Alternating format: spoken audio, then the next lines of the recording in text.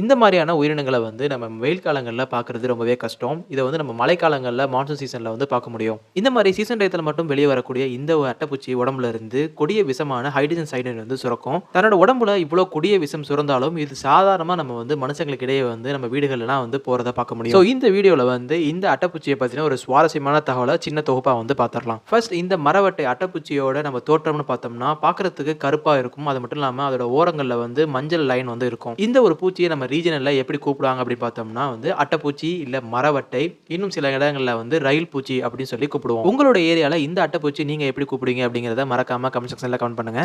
இந்த மரவட்டையோட scientific name என்ன அப்படின்னு பார்த்தோம்னா ஹர்பாப் ஹடினியானா. இந்த அட்டைப்பூச்சிக்கு இன்னும் இங்கிலீஷ்ல நிறைய பேர் இருக்கு. எல்லோ ஸ்பாட்டட் மில்லிபேட், இல்லனா வந்து ஆல்மண்ட் சென்டட் மில்லிபேட், அப்படியும் இல்லனா சைனட் மில்லிபேட் அப்படின்னு சொல்லி கூப்பிடுவாங்க. இந்த வகையான அட்டைப்பூச்சிகளை வந்து நம்ம தென்னிந்தியால அதிகமா பார்க்க முடியும். இருந்தாலுமே வந்து இது இந்தியாவை சார்ந்த உயிரினம் கிடையாது. இந்த வகையான அட்டைப்பூச்சிகள் வந்து ஒரு இடத்துல இருந்து இன்னொரு இடத்துக்கு வந்து இடம்பெயர்ந்து வந்த உயிரினங்கள் தான். இந்த அட்டைப்பூச்சி வேற எங்க இருந்து வந்துச்சுன்னு பார்த்தோம்னா, தென்கிழக்கு அலாஸ்கால இருந்து வட அமெரிக்காவின் கலிபோர்னியா பசிபிக் கரையோரத்துல இருக்க ஈரக்காடுகள்ல இருந்து வந்தவையாகும். இப்படி வட அமெரிக்கால இருந்து உலகில் இருக்க பல இடங்களுக்கு இந்த அட்டைப்பூச்சி வந்து இடம்பெயர்ந்திருக்கு. அப்படிதான் நம்ம தென்னிந்தியாவுக்கும் இந்த அட்டைப்பூச்சி வந்து அறிமுகமாயிருக்கு. நம்ம வீடியோல ஆரம்பத்திலே சொன்ன மாதிரி இதோட உடம்புல இருந்து தற்காப்புக்காக ஹைட்ரஜன் சயனைடு அப்படிங்கிற ஒரு திரவம் வந்து சுரக்கும். இந்த வகையான ஹைட்ரஜன் சயனைடு வந்து மிகவும் டாக்ஸிக்கானது. பின்ன ஏன் மக்களுக்கு வந்து எந்த விதமான பாதிப்பும் வரதில்லை அப்படின்னு பார்த்தோம்னா, இது வந்து ரொம்பவே கம்மியான அளவுல அந்த ஹைட்ரஜன் சயனைடு வந்து வெளியிடும். ஸோ இதனால மக்களுக்கு எந்தவித பாதிப்பும் ஏற்படாது. இந்த வகையான அட்டைப்பூச்சிகள் வந்து தனியாகவும் இருக்கும், கூட்டமாகவும் இருக்கும். அப்படி கூட்டமா இருந்துச்சு அப்படின்னா அது மேல இருந்து ஒரு வகையான வாசனை வந்து வரும். ஸோ இது வந்து பெரும்பாலான மக்களுக்கு வந்து பிடிக்கிறது இல்லை. இந்த மாதிரியான அட்டைப்பூச்சிகள் பார்க்கறதுக்கு அழகா இருந்தாலும் இது வந்து விஷத்தை வெளியிடக்கூடிய